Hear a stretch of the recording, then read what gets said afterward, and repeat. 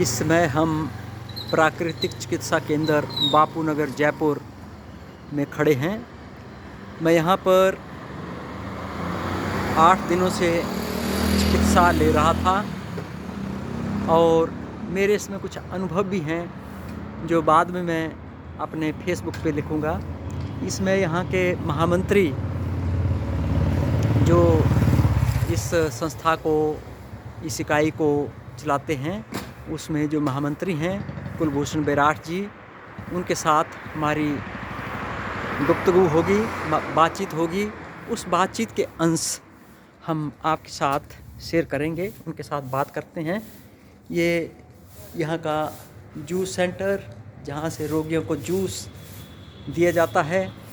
ये सारा कैंपस, सामने डाइनिंग हॉल, ये भिन्न भिन्न कमरे, और इस तरह से ये सारा कैंपस एक प्राकृतिक नुमा वातावरण में अपनी रूहानगी लिए हुए और मन को मनोरम करता हुआ यहाँ का वातावरण है। मन को खुशनुमा ये वातावरण बनाता है।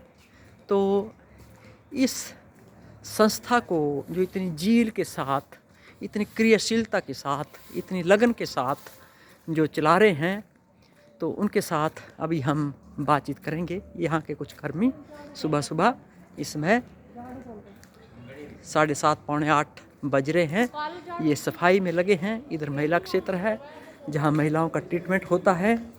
अभी हम इनके ऑफिस में पहुँच गए और इनके साथ हम बात करेंगे। कुलभूषण बैराठ जी ये हमारे समक्ष बैठे हैं, इनके साथ हम बातचीत करेंगे। तो सुनो ये लो। इस बातचीत के कुछ अंश आपके समक्ष प्रस्तुत हैं, आप दर्शकों के लिए, और जिससे आपको लाभ हो, स्वास्थ्य के रूप में भी लाभ हो, मानसिक रूप में भी लाभ हो, और समाज का, कम्युनिटी में भी इसका एक अच्छा मैसेज, अच्छा जो संदेश है वो जाए। सर नमस्कार। नमस्ते। सर अपना परिचय संक्षेप में आप रखें। मैं कुलभूषण बैराठी हूँ जी और प्राकृतिक चिकित्सालय बापू नगर जयपुर जी पूरे विश्व में गुलाबी नगरी के नाम से विख्यात जी जी जयपुर शहर के मध्य में स्थित बापू नगर में ये प्राकृतिक चिकित्सालय पूर्णतः प्राकृतिक वातावरण से परिपूर्ण है। और मैं तो ये कहूँगा कि यहाँ आने पर व्यक्ति, साधक, मैं रोगी शब्द प्रयोग में नहीं करूँगा, साधक अपने आप को प्रकृति की गोद में पाता है। ठीक है। सर आप कितने सालों से इस संस्था के साथ जुड़े हैं? मैं प्राकृतिक चिकित्सालय बापू नगर जयपुर से विगत 30 वर्षों से एक सेवादार के रूप में, एक सेवक के रूप में कार्यरत हूँ। और मैं अपनी मानद सेवाएं, मैं ही नहीं अपितु यहाँ जो भी व्यक्ति जुड़े हुए हैं, वे समस्त माननीय सम्माननीय हमारे जो ट्रस्टीज हैं, वे सब अपनी मानद सेवाएं यानी कि ऑनरी सर्विसेज दे रहे हैं। ऑनरी सब कम अर्थ सर हमारे दर्शकों को, मतलब इसके यानी कि वो अपनी निस्वार्थ सेवाएं देते हैं, किसी प्रकार का कोई धन या कोई अन्य लाभ नहीं लेते हैं। अपितु यदि वे स्वयं भी कभी कोई उपचार लेते हैं तो पहले उसका पैसा जमा कराते हैं और फिर उसके बाद में उपचार लेते हैं, क्योंकि एक पावन पवित्र, एक मंदिर की भांति, एक धर्म स्थल की भांति एक पवित्र स्थान है। बहुत शानदार सर। सर ये केंद्र जो है ये कब शुरू हुआ होगा? ये राष्ट्रपिता गांधी जी की प्रेरणा से 1950 उनके कुछ अनुयायी थे रहे, जिनमें गोकुल भाई भट्ट, रामेश्वर दास जी अग्रवाल, उनके सुपुत्र श्री पुरुषोत्तम जी अग्रवाल, आदरणीय श्री IC अग्रवाल जी, सिद्धराज डड्डा जी, केंद्र में मंत्री रहे श्री दौलत राम जी सहारण जैसे व्यक्तियों ने मिलकर और राष्ट्रपिता गांधी जी से की प्रेरणा से प्रेरित होकर इस प्राकृतिक चिकित्सालय की स्थापना 1950 में की गई। ये 73 वर्ष पुराना प्राकृतिक चिकित्सालय है। सर, आप एक शब्द प्रयोग कर रहे हैं प्राकृतिक चिकित्सा। तो चिकित्सा तो एलोपैथी भी होती है, आयुर्वेदिक भी होती है, होम्योपैथिक भी होती है और कई और अल्टरनेटिव टेक्निक हैं। तो आप इस प्राकृतिक चिकित्सा को उन चिकित्सा पद्धतियों से किस तरह से भिन्न पाते हैं? क्या ये पूरी तरह जो है ये विस्तारित, पूरी तरह एक्सप्लेन्ड और पूरी तरह मतलब वेल वेरिफाइड टेक्नोलॉजी है, ये वेल वेरिफाइड चिकित्सा पद्धति है सर? प्राकृतिक चिकित्सा भारतीय चिकित्सा पद्धतियों में, जैसे प्राकृतिक चिकित्सा पद्धति, योग चिकित्सा पद्धति, आयुर्वेद चिकित्सा पद्धति और होम्योपैथी चिकित्सा पद्धति है, यूनानी है, ये सभी हमारी परंपरागत चिकित्सा पद्धतियां हैं। प्राकृतिक चिकित्सा में साधक प्रकृति की गोद में रहता है। प्रकृति की जो हमारा शरीर पंच तत्वों से बना है, जल, पृथ्वी, आकाश, अग्नि और वायु। ये पांचों तत्वों के माध्यम से हम साधक का उपचार देते हैं। किस प्रकार से प्रकृति की इन तत्वों का अधिकतम सदुपयोग कर हम अपने शरीर में स्थित विजातीय पदार्थों से मुक्ति पाकर पूर्ण आरोग्य को प्राप्त कर सकते हैं। तो स्पष्ट होता है कि प्राकृतिक चिकित्सा कोई विशेष चिकित्सा पद्धति नहीं, अपितु ये जीवन जीने की कला है, एक विज्ञान है जिसे समझना है यहाँ पर आकर कि हम प्रकृति की गोद में रहकर इन पांचों तत्वों का अधिकतम प्रयोग कर किस प्रकार से हम पूर्ण आरोग्य को प्राप्त कर सकते हैं। हम प्रकृति की गोद में रहकर अपन कैसे स्वस्थ रह सकते हैं, मस्त रह सकते हैं और व्यस्त रह सकते हैं। सर, उन चिकित्सा पद्धतियों में दवाई दी जाती है, औषधि दी जाती है, तो यहाँ पर किस तरह की औषधियों का आप प्रयोग करते हैं, कराते हैं? प्राकृतिक चिकित्सा का एक बहुत महत्वपूर्ण सिद्धांत है कि प्राकृतिक चिकित्सा में किसी भी प्रकार की कोई औषधि रोगी को नहीं दी जाती। प्रकृति उपचारक है, प्रकृति रोगों का निवारण करती है। हमारी दिनचर्या, हमारी जीवन शैली रोगों का कारण बनती है। हम प्रकृति की गोद में आकर, प्राकृतिक चिकित्सालय में आकर अपने जीवन जीने की कला को सीखते हैं। किस प्रकार से इन पंच तत्वों का प्रयोग कर हम निरोग हो सकते हैं, इस बात को जानते हैं। इसलिए किसी औषधि को लेने या देने का तो कोई सवाल ही नहीं उठता। बिना औषधि से क्या ठीक हो सकते हैं सर? ये एक बहुत आश्चर्यजनक बात है जो आप कर रहे हैं सर। मेरे समक्ष आप स्वयं बैठे हैं, आप यहाँ पिछले 10-15 दिनों से भर्ती हैं और आपने किसी प्रकार का कोई औषधि आपको नहीं दी गई है। जी, आप स्वयं अपना अनुभव शेयर कर सकते हैं आप दर्शकों के साथ कि किस आप कैसा महसूस कर रहे हैं। और आप अन्य लोगों से कईयों से मिले, हमारे यहाँ जो भर्ती हैं उन्होंने आपको बतलाया, चाहे जोड़ों का दर्द हो, चाहे मोटापा हो, चाहे डायबिटीज हो, चाहे हार्ट की प्रॉब्लम हो, चाहे उच्च या निम्न रक्तचाप हो, अस्थमा हो, अर्थराइटिस हो, ब्रोंकाइटिस हो, किसी भी प्रकार उदर संबंधी रोग हो, कब्ज है, गैस है, एसिडिटी है, एपएच है, एजीर्ण है, अतिसार है, संग्रहणी, कितने रोगों का नाम मैं आपके समक्ष गिनाऊं। ऐसे अनेकों अनेक रोगों में प्रकृति की गोद में आने से, प्राकृतिक उपचार लेने से हमें मुक्ति मिलती है इन रोगों से। मुख्य उद्देश्य प्राकृतिक चिकित्सा में हमारे शरीर में स्थित विजातीय पदार्थों को बाहर की ओर, जो कि रोगों का कारण बनते हैं, उन्हें बाहर निकालना है। जी सर, यहाँ की दिनचर्या को संक्षेप में थोड़ा हमारे दर्शकों के लिए कि किस तरह से यहाँ पर आने पर, भर्ती होने पर दिनचर्या रहती है, इसके बारे में संक्षेप में थोड़ा रखें आप, सुबह से लेकर के शाम तक।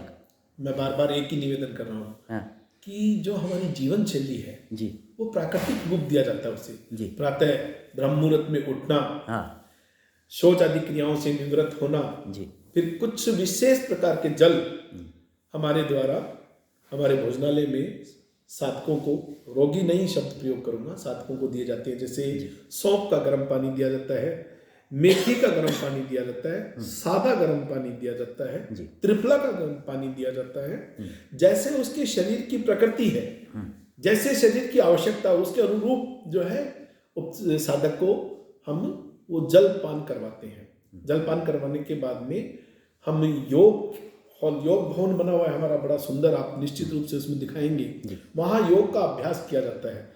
6:45 से लेकर 7:15 बजे तक हम प्राणायाम, ध्यान, सूक्ष्म योगिक क्रियाएं, फिर पीठ के बल, पेट के बल, बैठकर, खड़े होकर अनेकों अनेक प्रकार के योग आसनों का अभ्यास करते हैं। और रोगी के रोग का ध्यान रखते हुए उसके अनुरूप उसे सावधानी बतलाई दी जाती है कि ऐसे रोगों से पीड़ित व्यक्तियों को ऐसे आसन करने हैं या नहीं करने, क्या करना है क्या नहीं करना है इसके बारे में पूरी जानकारी देते हुए समूह में हम योगासन वगैरह करवाते हैं। योगासन करने के बाद में हमारी प्राकृतिक चिकित्सा शुरू हो जाती है।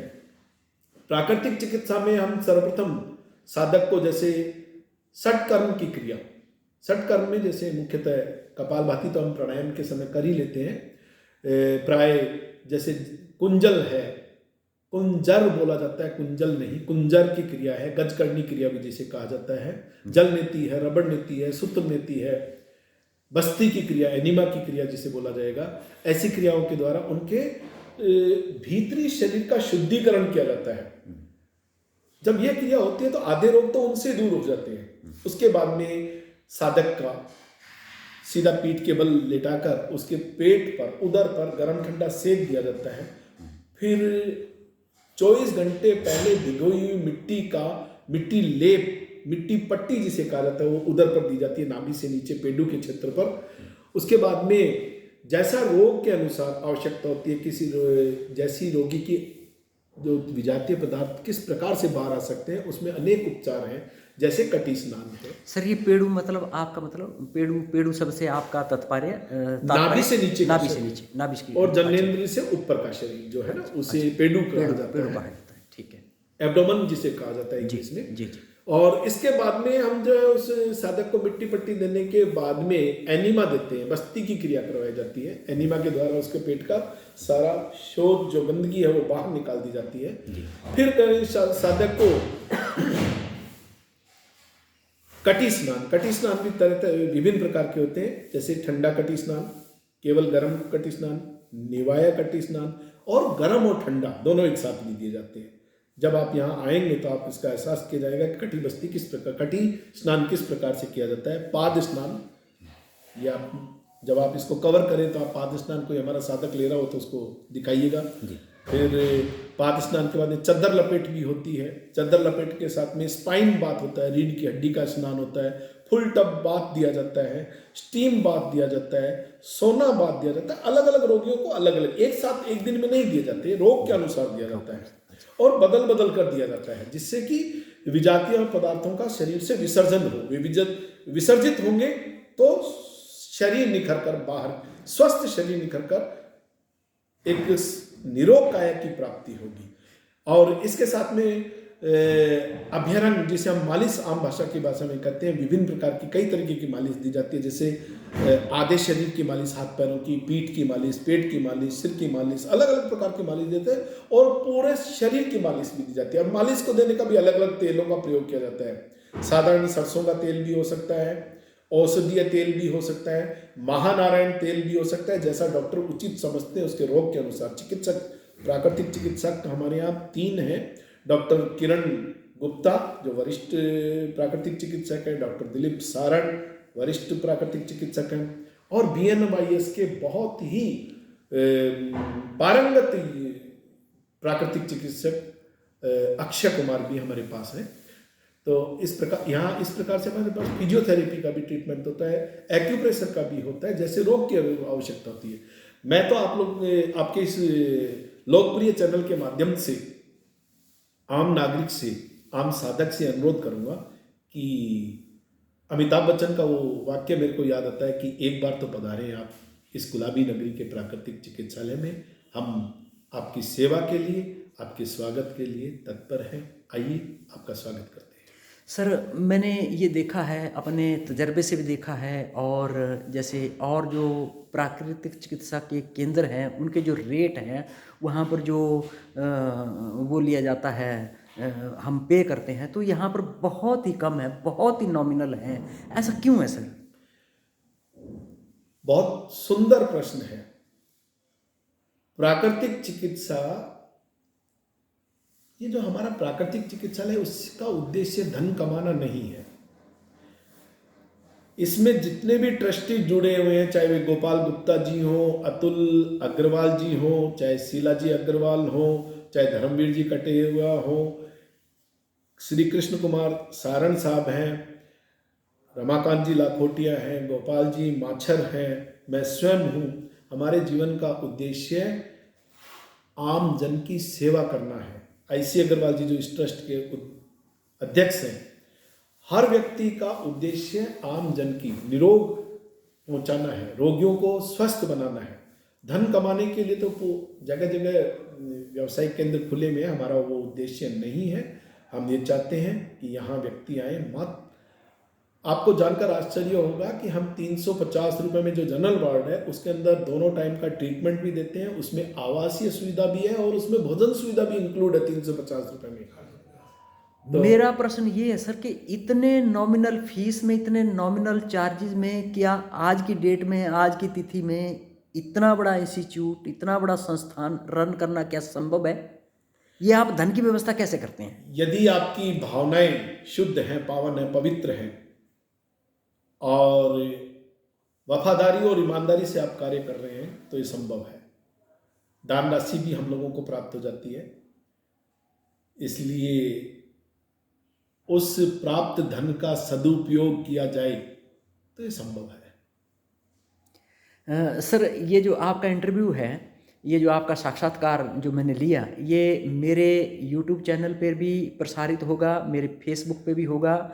हिमाचल प्रदेश में एक बहुत बड़ा अखबार है हिमाचल दस्तक, वो आजकल लाइव करते हैं। आपको मालूम होगा कि ये सोशल मीडिया में एक लाइव लोगों ने चैनल बना रखे हैं। उस चैनल के जो एक पत्रकार हैं हमारे देवेंद्र गुप्ता जी, उन्होंने ये मेरे से अनुरोध किया था कि वहाँ से आप एक जो शॉर्टकट वीडियो है, थोड़ी उसकी जानकारी जो है लाएँ, उस पर ये प्रसारित होगा। तो सर, हिमाचल, अधिकतर लोग इसको हिमाचल के लोग देखेंगे और लोग भी देखें, तो आप हिमाचल के लोगों से, स्पेशली हिमाचल के लोगों से और लोगों से भी आप जो है वो जो है 2 शब्द जो है वो कह सकते हैं अपील में, आप क्या करना चाहेंगे सर? हिमाचल प्रदेश एक बहुत प्यारा प्रदेश है, प्राकृतिक प्रदेश है, प्रकृति की गोद में है। मैं बहुत प्यार करता हूँ हिमाचल प्रदेश से और हिमाचल प्रदेश के वासियों से प्यार भी करता हूँ, उनका सम्मान भी करता हूँ, क्योंकि वहाँ के वासी बहुत सुंदर, हृदय से भी, शरीर से भी और मन से भी होते हैं।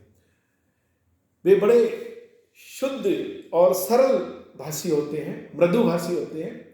मैं आपके इस लोकप्रिय चैनल के माध्यम से ये संदेश देना चाहूँगा, आइए एक बार तो राजस्थान के गुलाबी नगर में इस प्राकृतिक चिकित्सालय बापू नगर जयपुर में आप पधारें, हमें सेवा का अवसर दीजिए। सर, आपका बहुत बहुत धन्यवाद, बहुत बहुत आभार आपका, ये इंटरव्यू देने के लिए, समय निकालने के लिए मैं आपका बहुत बहुत आभारी रहूँगा। और बहुत अच्छे शब्दों में आपने ये बात जो है, बहुत बड़ी बात जो है वो इसमें आपने रखी। बहुत बहुत आभार सर, बहुत बहुत धन्यवाद सर। ओम नमस्ते।